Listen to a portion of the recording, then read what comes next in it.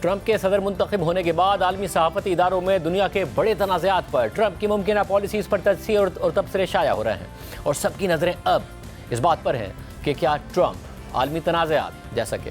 غزہ جنگ، یوکرین جنگ اور مشرق وسطیٰ کے حالات کے ساتھ ساتھ چین، روس اور یورپ کے ساتھ تعلقات پر بائیڈن انتظامیہ کی پالیسیز کا رخ مکمل طور پر موڑ دیں گے، یا پھر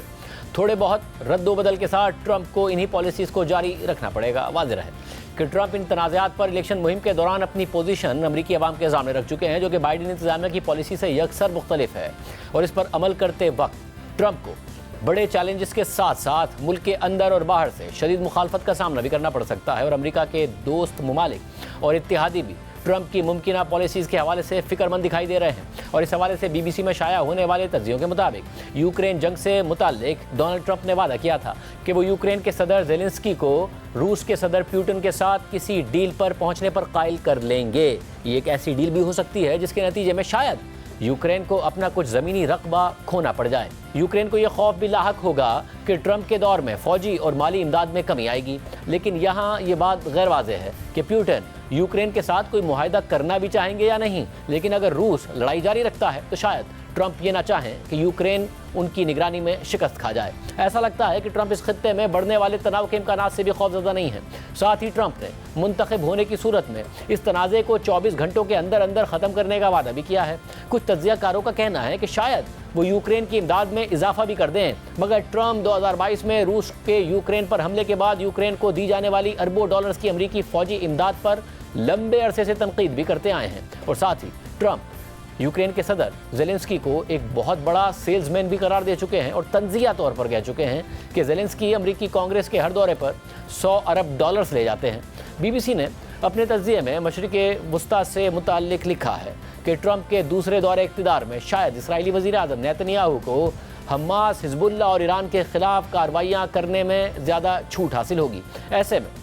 ایرانی جوہری تنصیبات پر اسرائیلی حملہ بھی خارج از امکان نہیں قرار دیا جا سکتا۔ یہ بھی ممکن ہے کہ ٹرمپ مشرق وسطیٰ میں کسی بڑی ڈیل کی حمایت کریں جس کا حصہ سعودی عرب اور اسرائیل دونوں ہوں، کیونکہ ٹرمپ چاہتے ہیں کہ امریکہ غیر ملکی تنازعات سے خود کو الگ کرے۔ غزہ میں جنگ کے حوالے سے ٹرمپ نے خود کو اسرائیل کا کٹر حامی قرار دیا ہے، لیکن اسرائیل پر زور دیا ہے کہ وہ اپنا آپریشن ختم کر دے۔ ٹرمپ نے لبنان کے ساتھ جنگ بھی ختم کرنے کا وعدہ کیا ہے، لیکن اس کے بارے میں کوئی تفصیل نہیں بتائی۔ حالانکہ جنگ ختم کرنے کے لیے یہ سب سے آئیڈیل وقت ہے، کیونکہ خود اسرائیلی فوج کہہ چکی ہے کہ ان کے غزہ میں تمام اہداف پورے ہو چکے ہیں۔ اس کے علاوہ لبنان میں حزب اللہ کی لیڈرشپ بھی ماری جا چکی ہے۔ اس کے علاوہ بی بی سی کے مطابق چین سے متعلق ٹرمپ پہلے ہی پالیسی دے چکے ہیں کہ وہ امریکہ میں داخل ہونے والی چینی برآمدات پر ٹیکس میں اضافہ کر دیں گے۔ ایسے میں ایک تجارتی جنگ شروع ہو سکتی ہے جس کے بین الاقوامی معیشت پر اچھے اثرات نہیں مرتب ہوں گے۔ ٹرمپ نے کہا ہے کہ چین سے درآمدات پر 60% اضافی ٹیرف برداشت کرنا پڑ سکتا ہے۔ کچھ ماہرین اقتصادیات نے خبردار کیا ہے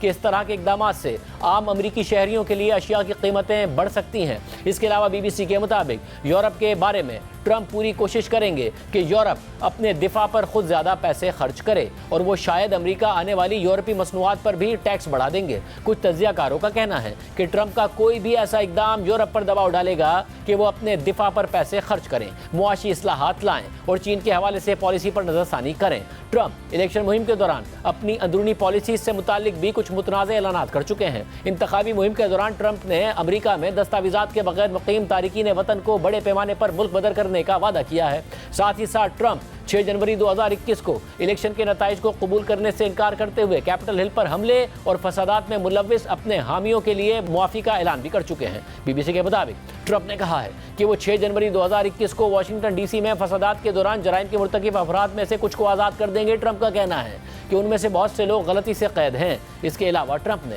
یہ وعدہ بھی کیا ہوا ہے کہ وہ عہدہ سنبھالنے کے 2 سیکنڈز کے اندر اندر اس پروسیکیوٹر کو برطرف کر دیں گے جو ان کے خلاف 2 مجرمانہ مقدمات کی تحقیقات کی قیادت کر رہے ہیں۔ اسپیشل کاؤنسل جیک سمتھ نے ٹرمپ پر 2020 کے انتخابات کو اپنے حق میں کرنے کی مبینہ کوششوں اور خفیہ دستاویزات کے مبینہ غلط استعمال پر فرد جرم عائد کی تھی، مگر ٹرمپ جیک سمتھ پر خود کو سیاسی طور پر مقدمات میں پھنسانے کا الزام لگاتے آئے ہیں، اور اب امریکی میڈیا پر یہ خبر آ رہی ہے کہ پروسیکیوٹر جیک سمتھ ٹرمپ کے خلاف بنائے گئے کیسز کو ختم کرنے کے بارے میں سوچ رہے ہیں۔ مذکورہ آرٹیکل میں بی بی سی نے یوکرین جنگ کے حوالے سے ٹرمپ کی ممکنہ पॉलिसी पर जो तबसरा किया था वो हमने आपके सामने रखा। इसके अलावा इसी मौजू पर CNN ने भी तफसीली आर्टिकल शाया किया है, जिसके मुताबिक डोनाल्ड ट्रंप ने कहा तो है कि वो यूक्रेन जंग को 24 घंटों में ख़त्म कर देंगे, लेकिन ये नहीं बताया कि कैसे करेंगे। वो ये भी कह चुके हैं कि यूक्रेनी सदर ज़ेलेंस्की को कभी भी इस जंग को शुरू नहीं होने देना चाहिए था, और अब ये कहने की कोई हैसियत नहीं है कि ये बयानात महज बेकार की मुबालगा आराई हैं। अब ये बयानात वो ऐनक बन गए हैं जिससे अमेरिका के नौमुंतखब सदर नाजियों के बाद यूरोप के सबसे बड़े तनाज़े को देखेंगे। ट्रंप एक काबीना ज़रूर बनाएंगे जो उनके इरादों की मजबूती या रफ्तार को ज़रा सा कम कर देगी, लेकिन बिलाखिर वो इस तनाज़े से बाहर निकलना चाहते हैं। इससे भी कोई फ़र्क नहीं पड़ता कि स्ट्रेटेजिक लिहाज से यूक्रेन की जंग ने अब तक पेंटागन को निस्बतन आसान रास्ता फराहम किया है कि वो अमरीकियों की जान खतरे में डाले बगैर अपने दूसरे सबसे बड़े दुश्मन रूस को नीचा दिखा सके। ट्रंप को पहली मुद्दत के दौरान दो चीज़ें नापसंद थीं, अखराजात बढ़ाने वाली बैरून मुल्क अमरीकी फौजी मुदाखलत और रूसी सदर व्लादिमीर पुतिन को परेशान करना। और मौजूदा सूरत हाल इन नापसंदीदगियों को बढ़ाती है। क्रेमलिन का ये इब्तिदाई रद्द-ए-अमल आया है कि अमरीका और रूस के ताल्लुकात उससे ज़्यादा ख़राब नहीं हो सकते जितने इस वक्त बाइडेन के दौर में ख़राब हैं। तज्ज़ियाकार ये कह रहे थे कि रूस के लिए अगला साल एक संभल कर खेलने वाले जुए जैसा होगा। रूस के इक़दामात पर वक्त तेज़ी के साथ गुजर रहा है। मगरबी हुक्काम का ख्याल है कि रूस के लिए रोज़ाना तकरीबन 1200 हलाकतों या ज़ख्मियों का बोझ बर्दाश्त करना मुमकिन नहीं है, सिवाय इसके कि वो एक और गैर मकबूल फ़ौजी मुहिम जोई करे, और ये भी कि अगले साल मॉस्को को अस्करी पैदावार और असलहे की हकीकी कमी का सामना हो सकता है। CNN के मुताबिक पुतिन ने अपने हालिया पत्ते इसी उम्मीद पर खेले थे कि ट्रंप जीतेंगे, जिनके बारे में पुतिन को यकीन है कि वो अपने इरादों के पक्के हैं और अमेरिका के तवील मुद्दती इत्तेहादियों को नज़रअंदाज करके अकेले ही आगे बढ़ेंगे। ट्रंप मुंतशिर मिजाज हैं और उनके बारे में कोई पेशगोई नहीं की जा सकती। खासतौर पर बैरून मुल्क तनाज़ात जैसे पेचीदा और तवील मामलात में वो फौरी हल को तरजीह देते हैं, जैसा कि अफगानिस्तान को तालिबान के हवाले करना, शुमाली कोरिया के डिक्टेटर किम जोंग के साथ फेस टू फेस खड़े हो जाना और ईरानी पासदारान इनकलाब के कमांडर कासिम सुलेमानी पर ड्रोन हमला कर देना। हम शायद ये कभी ना समझ सकें कि क्या उन्होंने वाकई उस रास्ते पर गौर किया है जिस पर वो यूक्रेन को चलाना चाहते हैं, या फिर बात सिर्फ यही है कि वो जंग के बारे में कुछ सुनना या उस पर कुछ खर्च करना ही नहीं चाहते। जंग के आगाज़ से अब तक ये शायद यूक्रेन के लिए सबसे ज़्यादा मुश्किल वक्त है जब ट्रंप व्हाइट हाउस में दाखिल हो रहे हैं। मैदान जंग के तज्जियों से पता चलता है कि यूक्रेन ने अक्टूबर में गैर मामूली रफ्तार से अपनी ज़मीन खोई है। उनमें वो छोटे कस्बे भी शामिल हैं जिनकी शायद अपनी अहमियत इतनी ना हो, लेकिन मजमूई तौर पर यह ऐसा धचका है जिससे मशरिकी हिस्सा मजीद खतरे का शिकार हो गया है। नेटो की हिकमत अमली में तवील अरसे से खराबियां मौजूद हैं। बाइडेन इंतजामिया यूक्रेन को इतना असला भी नहीं देना चाहती थी कि रूस को शिकस्त हो जाए और गुस्से में तनाज़ा मजीद फैला दे, लेकिन बाइडेन रूस को गालिब आने की इजाज़त भी नहीं दे सकते थे। इसके बजाय नेटो ने यूक्रेन से कहा कि वो डटा रहे और ये उम्मीद रखी कि रूसी सदर पुतिन लड़खड़ा जाएंगे। CNN के मुताबिक यूक्रेन की मदद करने के हवाले से ये एक बहुत बड़ा तज़ाद था, मगर बहरहाल ये इससे बेहतर था कि यूक्रेन को हथियार डालने का ही कह दिया जाता। यानी वाज़ेह है कि अपने दूसरे दौर इक़्तिदार में ट्रंप के सामने कई बड़े आलमी तनाज़ात हैं और दुनिया उनकी तरफ देख रही है। ट्रंप इन तनाज़ात के हल के लिए इलेक्शन मुहिम के दौरान ही बड़े बड़े वादे भी कर चुके हैं, मगर अब सवाल ये उठ रहा है कि क्या इस बार ट्रंप के आसपास ऐसे लोग हैं और उन्हें ऐसी एडमिनिस्ट्रेशन दस्तयाब होगी जो उनके वादों को अमली जामा पहनाने की सलाहियत रखती हो, या फिर ट्रंप इससे महरूम रहेंगे क्योंकि उनकी साबिक़ा एडमिनिस्ट्रेशन के ज़्यादातर अफराद ने उनका साथ छोड़ दिया है। इस हवाले से CNN ने लिखा है कि ट्रंप इलेक्शन जीतने के बाद व्हाइट हाउस में वापस तो पहुँच जाएंगे, लेकिन उनके इत्तेहादी और नाक़दीन दोनों ही वाज़ेह कर चुके हैं कि ट्रंप का दूसरा दौर उनके पहले दौर जैसा बिल्कुल भी नहीं होगा। रिपब्लिकन पार्टी अब मुकम्मल तौर पर ट्रंप की हो चुकी है और ट्रंप मुखालिफ शख्सियात को हमेशा के लिए निकाल दिया गया है।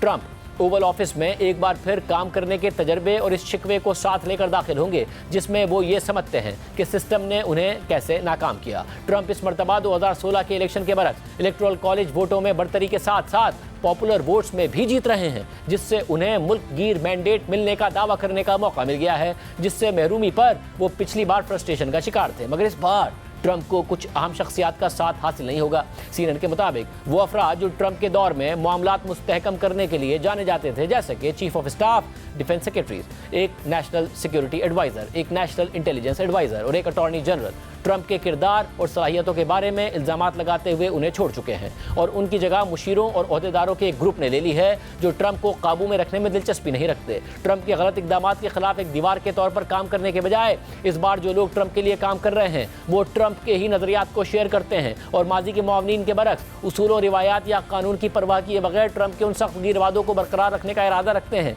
जो उन्होंने बतौर सदारती उम्मीदवार किए थे। CNN के मुताबिक जनवरी 2021 में जब ट्रंप ने ओहदा छोड़ा था तब से ट्रंप के असर रसूख का महवर काफी हद तक बदल गया है। ट्रंप की बेटी इवांका ट्रंप और दामाद जेरेड कुशनर जो एक जमाने में ट्रंप की इंतखाबी मुहिम के सफ़े अव्वल के किरदार और व्हाइट हाउस के सीनियर अमले के तौर पर शुमार होते थे, वो ट्रंप के ओहदा छोड़ने के बाद से सियासत से दूर हो गए हैं। इवांका ट्रंप ये वादे कर चुकी हैं कि वो व्हाइट हाउस में वापसी का कोई इरादा नहीं रखती, जबकि जेरेड कुशनर से मुताल्लिक ज़राए का कहना है कि उनका अपनी प्राइवेट इक्विटी फर्म छोड़ने का इम्कान नहीं है। जबकि ट्रंप ने इस बार पूरी इलेक्शन कैंपेन के दौरान Donald Trump junior, Elon Musk और सूजी वाइस जैसे अफराद पर इन्हिसार किया है। CNN के मुताबिक ट्रंप इन अफराद को नवाजने के लिए भी बहुत ज़्यादा बेचैन लग रहे हैं जिन्होंने उनकी सपोर्ट की, जैसे कि रॉबर्ट एफ कैनेडी जूनियर। उनकी तरफ से वैक्सीन से मुताल्लिक साजिशी नजरियात पर यकीन रखने के बावजूद रॉबर्ट एफ कैनेडी जूनियर ने हाल ही में कहा है कि ट्रंप ने उनसे कहा है कि अगर वो हेल्थ एंड ह्यूमन सर्विसेज के महकमे को चलाना चाहते हैं तो उसके लिए भरपूर कोशिश करेंगे। CNN के मुताबिक कानूनी मामलात के लिए ट्रंप इस बार ऐसे वकीलों को शामिल करेंगे जो उनके इंतहाई बुनियाद परस्त नजरियात पर भी खदशात जाहिर करने के बजाय